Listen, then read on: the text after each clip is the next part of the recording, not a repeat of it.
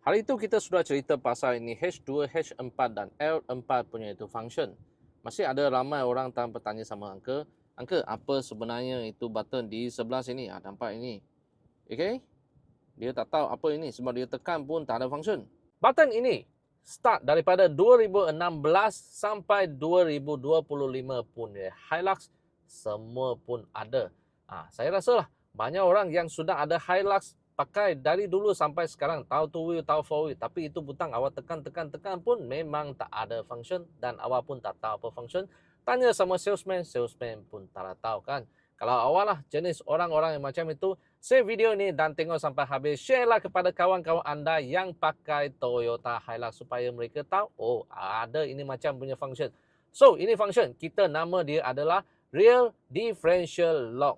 Dia punya tujuan hanya kita pakai apabila kita offload dan kita punya kereta sudah stuck dekat itu lumpur ataupun itu tanah tak boleh keluar. So, baru itu jam kita pakai. Tujuan dia punya ialah lock tayar belakang. Supaya sekali awak tekan minyak, dua-dua tayar dia akan pusing. Kalau normal punya awak tekan minyak, ada grip punya dia baru pusing. Tak ada grip punya dia tak ada pusing, kosong macam itu. Tapi dengan adanya rear differential lock, awak tekan saja, so dia punya sistem akan cakap sama itu tayar, I tak peduli.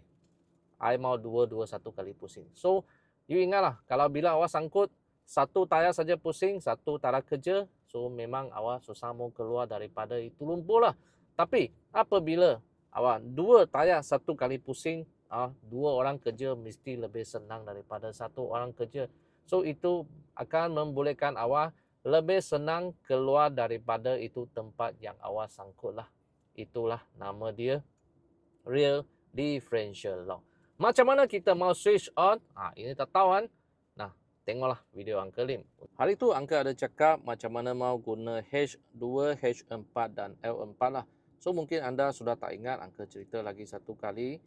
H2 ke H4 kita boleh pusing macam itu saja dan apabila kita pusing kita boleh nampak ini dia ada kuning punya icon bermakna ini sudah switch on kepada high speed punya itu 4 wheel.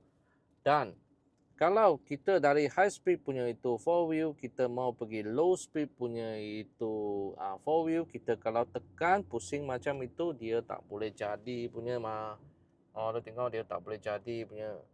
Dia tak akan keluar punya. Nampak? Dia ada 4 low tapi dia asyik blinking dia ada bunyi titik. Itu bermakna H4 tak masuk. Ini panggil tak masuk. So, apa kita boleh buat? Kita pusing balik kepada H4 dulu. Lepas tu ini gear kita kena taruh dekat taruh dekat N. Taruh N tau. Kereta mesti mau stop sampai habis Lepas tu kita tekan lagi satu kali, kita pusing ke L4. Awak akan nampak apabila masuk low speed punya itu 4 wheel, traction control automatic off dan itu lampu 4LO iaitu low speed 4 wheel dia akan jadi orange color dan dia tak ada bunyi titik. Ini bermakna ini macam baru kira ada masuk low speed punya itu 4 wheel tau. Itu jam. Kita tekan ini. Differential lock. Okey. Baru nampak dia ada lock. Kita sudah tekan. Kita masuk ini gear di. Okey. Kita akan nampak dia sudah lock. Nampak? Itu differential lock. Ini dia tak ada hilang. Tak ada clip. Ini macam baru panggil rear differential lock sudah ada buka.